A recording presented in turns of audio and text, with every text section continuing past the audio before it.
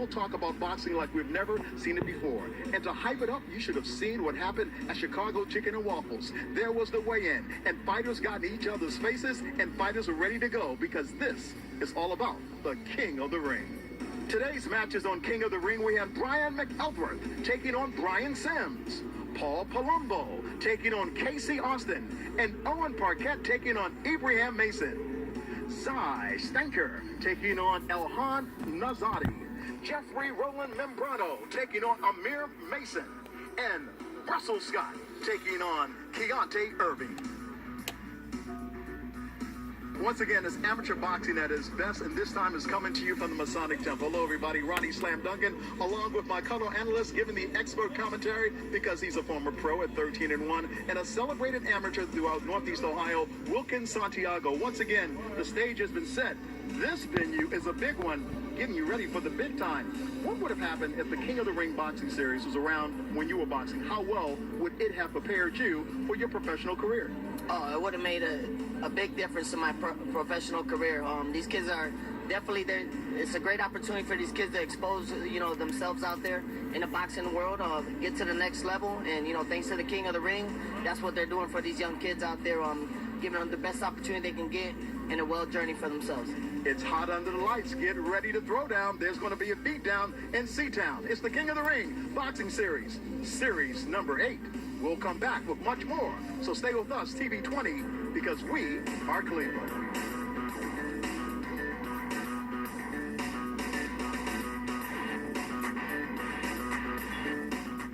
We're getting away from the manual way of doing business in the city of Cleveland. Fans, we're back here in Cleveland, Ohio, as the King of the Ring boxing series. Ronnie Duncan, along with the one, the only Wilkins Santiago, and obviously we're getting ready in the 152-pound weight class. As a matter of fact, I think back in the day, had to be taking on the amateurs, and I needed to have a fill-in fight, even though you're in the 140 class. I think I could have pushed you a little up to the 150. I skipped 152. I went to 165. Wow. Remember I fought Terrell Garcia? That's right. Terrell Garcia, one of the fine amateurs. We were talking about Terrell Garcia, one of the fine amateurs. And before we got on the air, I talked about some of these names. When I say Mickey Bay, when I say Sean Porter, you go, wow, they became world champions. WBA lightweight champion. And then, of course, Sean Porter, the IBF former welterweight champion, Willie Nelson. I mean, come on. Ron Johnson, Terrell Garcia, Yandel Evans, Juan McPherson, Charles Conwell, Isaiah Steen. The names go on and on. Oh, I forgot the biggest name of them all. Who that? Wilkins Santiago. Yeah, the boys, they put a statement out there, man. Yeah, we're getting ready for our next bout of the evening. I can tell you what, I can guarantee you something about this fight. Something about this fight I can guarantee right off the top. The winner of this fight's name will be Brian. Because both are named Brian. Right. Right. So that's one thing I do know. You're a smart the guy. winner of this You're competition will be Brian. The referee in this competition is the one and only Ed King of King's Gym. And let's go up to our ring announcer, Paul Shields. Here we go. Our next bout of the evening is in the 152-pound division. Introducing first, fighting out of the red corner. He represents the MOB Boxing Club from Akron, Ohio, Brian McElrath. There's Brian McElrath, 22 years old. And his opponent, representing the blue corner from Downtown Boxing Club, Youngstown, Ohio, Brian Sims. And Brian Sims is 24 years old. Now, how much competition have both of these young men had? Well, Brian Sims has had 18 fights. Not bad. However, Brian McElrath, 46 fights. One is 24, Brian Sims. 22 years old is Brian McElrath. Brian McElrath is in. Nice job. The white top. Taking on Brian Sims in the blue. These two young men had a lot to say at the weigh-in. Definitely. I mean, it was very interesting when you listen to these two young men and what they had to say at the weigh-in. Pretty impressive. I don't think they like one another. And if we do see all around number one, they will revisit that weigh-in and listen how they were both talking a bunch of stuff. Yeah, they meant business, as you can see. Miguel Raff said he's too quick for him. I've got too much movement. He's looking good. He's moving in there good. He's moving his head as well. Yeah, definitely. He's looking good. And then he's looking for the body shot. Oh, but he just got caught for left hook that time by Brian Sims. Brian Sims in the blue caught Miguel Raff with the right hand, and that time he caught him with the right, and immediately El Raff with the hold on. He's got some strong, heavy shots. Both of these fighters came in as advertised, saying that this would be a tough fight. As a matter of fact, they both said this will be the best fight of the night. I think at the end of the day, the back of their heads, they both respect each other. They got to respect each other's punch power as well. Hey, boxing is not a soft sport. Exactly. It's a tough sport. Exactly. Ed King is your referee. Oh, nice uppercut. Out of King's Gym. But at the same time, when you speak of Ed King, he was the manager and the individual who architected the great career of one of Cleveland's world champions from back in the day. Women's world champ, three-time world champ, Vonda Ward. That was all Ed King. Ed King managed that career, even set up the multi-million-dollar fight that she was able to get with Ann Wolfe that did not end in her favor. However, you got to give credit where credit is due. When you've got a mastermind manager like that who knows how to deal with Don King, who knows how to deal with Top Rank, who knows how to deal with some of the top promoters, it's important. Let's take a look at some of the action here in round number 2. Body action going up and down. Look at that. Miguel Raff putting it up, but see, he got caught that time by that left hook. And that's what started his decline here in round number 1. Because immediately after that, you could see those strong body punches along with the shots to the head. And once again, it was all about Brian Sims. The uppercut, the straight right hand. Brian Sims had it going on in round number 1. Now, Brian Sims is dancing in the corner. You cannot believe this. If our cameras can see it, Brian was in the blue corner, and he was dancing. Is he relaxed? I think so. Is he feeling good? I think so. I tell you what, if this is a dance competition, Brian Sims just won. Let's see how much dancing he does in this round. Maybe he's just a big Prince fan. Got my man Tony Slim being the audio guy, playing all the music in between rounds. Glad to see him back with us here at King of the Ring. These fighters are fighting in close quarters. Trying to smother him big time. He won't let him get his shots off. Well, Miguel have tasted that power. Yeah. And he recognizes that even in the close quarters. Did you see that sneaky uppercut that time? Down to the body? Yeah, that Brian Sims threw. That's an amateur who's really starting to learn his craft. And he's picking up some of those old school lessons that you don't have to be always on the outside. And he knows how to fight well on the inside. Oh, he just said something to us at ringside. Brian Sims getting that jab out there, but those sharp punches that Sims is throwing have been effective.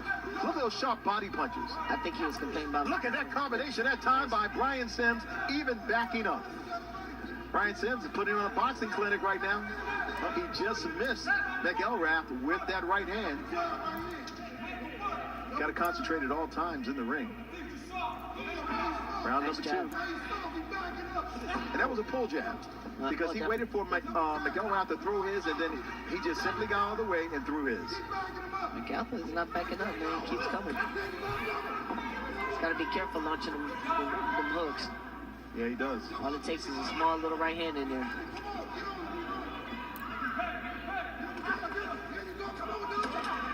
Oh, nice body shot that time by Miguel Raff. And he caught Sims, and Sims is up against the ropes. Maybe this is not where Sims wants to be. He took some body shots. It's kind of low blow. Somewhat of a low blow. Ed King, referee, being in charge of all the action. Ed King recognized it right away that it was a body shot and a low blow, so he's going to give Brian Sims the proper time to get ready for this fight. And Sims is taking advantage of every waning moment that Ed King gives him.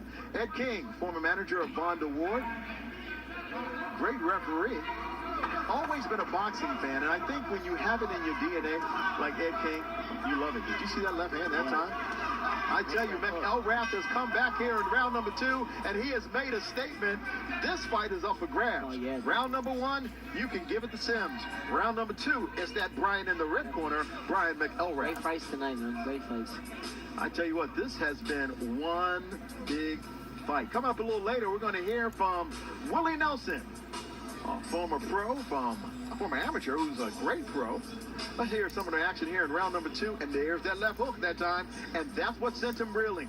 I'm telling you, Brian McElrath must have been listening to the blow-by-blow of this fight, because he said, they're not thinking I'm fighting well. They don't thinking I'm winning well. And he's come out here in round number 2, and I tell you what, he's blazing. This is it. Third round right here. This is where conditioning is going to show. This is going to tell whether or not you really want this fight, because it is truly up for grabs between these two young men. Brian McElrath and Brian Sims. Brian Sims out of Cleveland, Ohio. And McElrath, he did not come here to lose. He came here to win. Great matchmaking so far. Akron, Ohio, and Youngstown, Ohio. Downtown Boxing Club, that's Brian Sims. And, of course, the MOB, Ma Boxing Club in Akron, Ohio, Brian McElrath.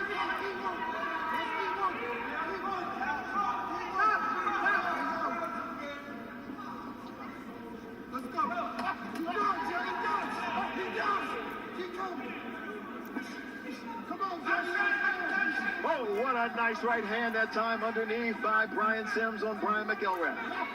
McElrath comes back with the jab, followed by the right hand. Yeah, he keeps coming, man. He's pushing forward back.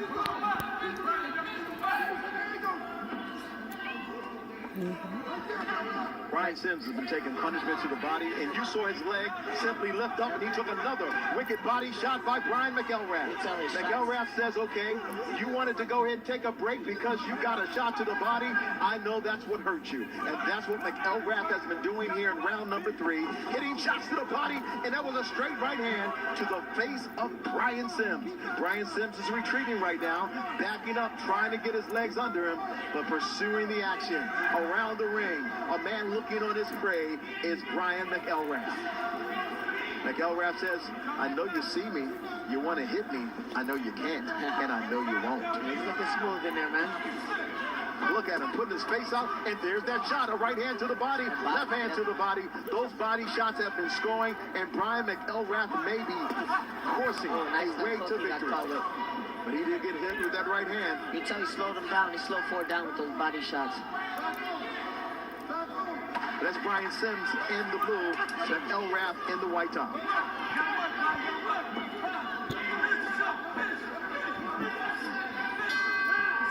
Good fight.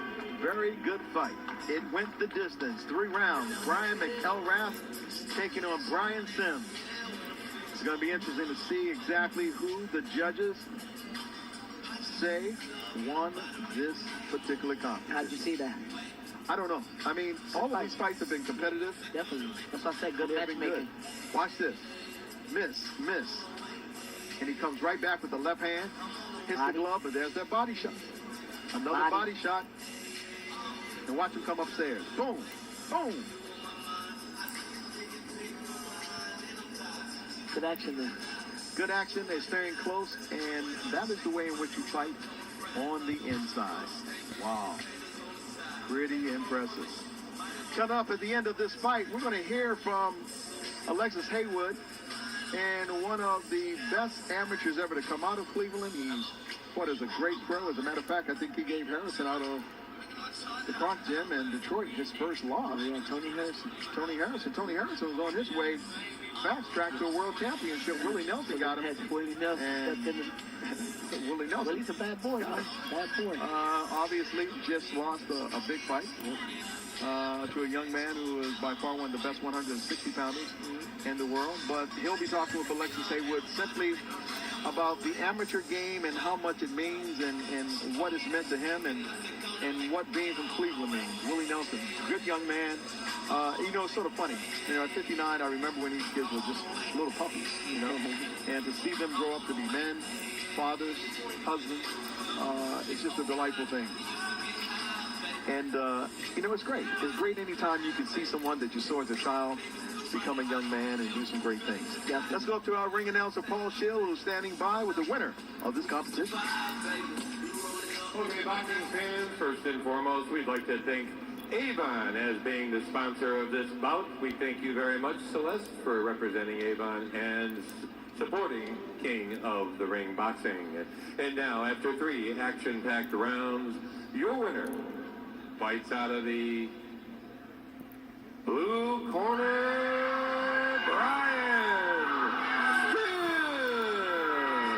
Brian Sims is the winner of that fight.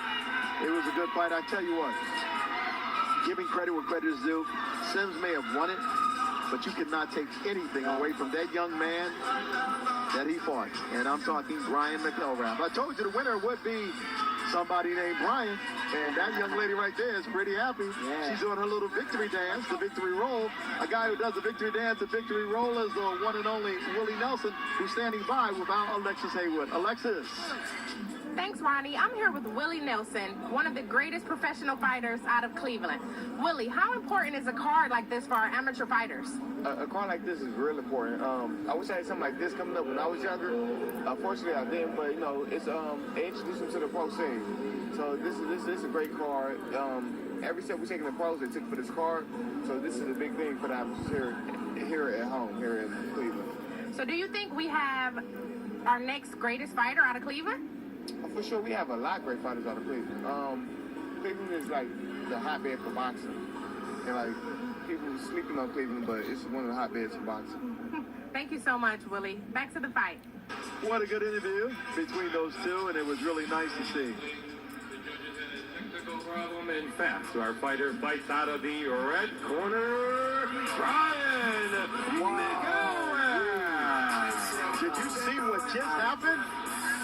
I could have lived with either decision.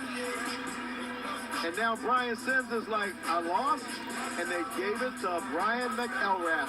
You know, it's sort of funny. Looking back at that, I didn't think it was all about that blue corner, but the winner of that fight was Brian McElrath. I thought out of Akron, Ohio. I thought it was a good change, man. I thought McElrath had the slight advantage on that fight. Came out a little hungry in that third and final round. Definitely. He showed that he really wanted it. I tell you what, man, we've got some stars that have been coming out, and they've been with us. We've got Isaiah Steen. We've got Charles Conwell all coming here for the King of the Ring. And as I look around, the seats are starting to pack up, and people are starting to get involved, and hopefully we'll get a chance to talk to some of them a little bit later tonight. And I'm talking about some of the great individuals. Ah, man, he's upset. And we've got, of course, another fight coming your way. Paul Palumbo taking on Casey Austin. And, of course, Owen Parquette taking on Ibrahim Mason. And that should be a good one as well. It is the King of the Ring Boxing Series. 165-pound weight class is coming your way. And it's just interesting to hear how some of these fighters not only prepare for this victory, but what they do after they receive this victory. Definitely a good feeling inside, man. Become a winner. Everything you worked so hard for, all those countless hours you put in that gym. It's a great feeling to walk out victorious any night. I tell you what, man, seeing some of these, I love the fact that it's almost like a homecoming sometimes when you talk about amateur boxing. And our next referee is going to be Clifford Pinckney, one of the best young referees in the state of Ohio, both on the amateur and professional ranks. Of course, our next fight is Paul Colombo is about to make his way to the ring. Paul Colombo comes out of the Worldwide Boxing Club in Pittsburgh, Pennsylvania. Paul Palumbo, 24 years old. He's only had 15 fights, and he's a guy that's of your liking. He's a left-hander. Definitely. Look at that, Paul Palumbo. We remember last time we saw Paul Palumbo. Short, stocky, wants to get in the action, and he has that power punch. So you better look out for Paul Palumbo. Palumbo is going to be taking on Casey Austin out of the Old School Boxing Club in Cleveland, Ohio. Now, last is Paul Palumbo makes his way to the ring. Paul got a little disorganized there. He's like, which way do I go? All I want to do is get in the ring. It doesn't matter to me. Looks like Tommy's lost too. Yeah, there he is, Paul Palumbo, coming in the ring, and he's going to make his way all the way over. Welcome to the ring. I tell you what, I like Palumbo. Austin. And here we have it, KC Austin. He's the young man coming in the ring. There he is. And this is going to be one of those interesting fights between these two young men. The last time we saw Palumbo, couldn't get the victory. But does he get the victory this time on TV 20, on the King of the Ring? We will find out shortly whether or not it's all about him. And of course, you see the young man with the red top on. He is KC Austin of the Old School Boxing Club in Cleveland, Ohio. These are 165-pounders. Now, normally in the amateurs, when you see the 165-pounders, that means that's that opportunity for you to get hit. That's that opportunity for you to get shook. And anything can happen. And anything can happen. So, Hotel, Motel, Holiday Inn. If you don't knock him out, then he's just your friend. All right, Ronnie Duncan along with the one and only Wilkin Santiago as we get ready for our next bout. As, of course, our referee, Clifford Pinckney, checking everything out. You know, Cliff is a sheriff. Sheriff? Oh, yeah. Yeah, I didn't know that. He's a sheriff in town. And if you haven't paid your taxes, done all the things you're supposed to, he'll serve you the papers and take you to the place that you come out, and all of a sudden, you can't go to the bathroom the way you used to. TV 20, we're in Cleveland. Ronnie Duncan having a good time, of course, here at ringside with Wilkin Santiago. Let's go to our ring announcer, Paul the Magnificent Shield. Okay, boxing fans, our next bout of the evening is in the 165-pound division. Introducing first, fighting out of the red corner. He represents the Worldwide Boxing Club from Pittsburgh, Pennsylvania, Paul Palumbo. And his opponent fights out of the blue corner, representing the Old School Boxing Club, KC Austin. Last time we saw KC Austin on King of the Ring, we saw a young man who simply didn't want to give up. I think this is going to be a very good fight because the styles complement one another. So I won't be surprised if the referee stops the contest or somebody gets knocked down in this fight between KC Austin and Paul Palumbo. Paul Palumbo, Worldwide Boxing Club out of Pittsburgh, Pennsylvania. We just talked about him, 24 years old. He's had 15 fights, and he's a left-hander. So that means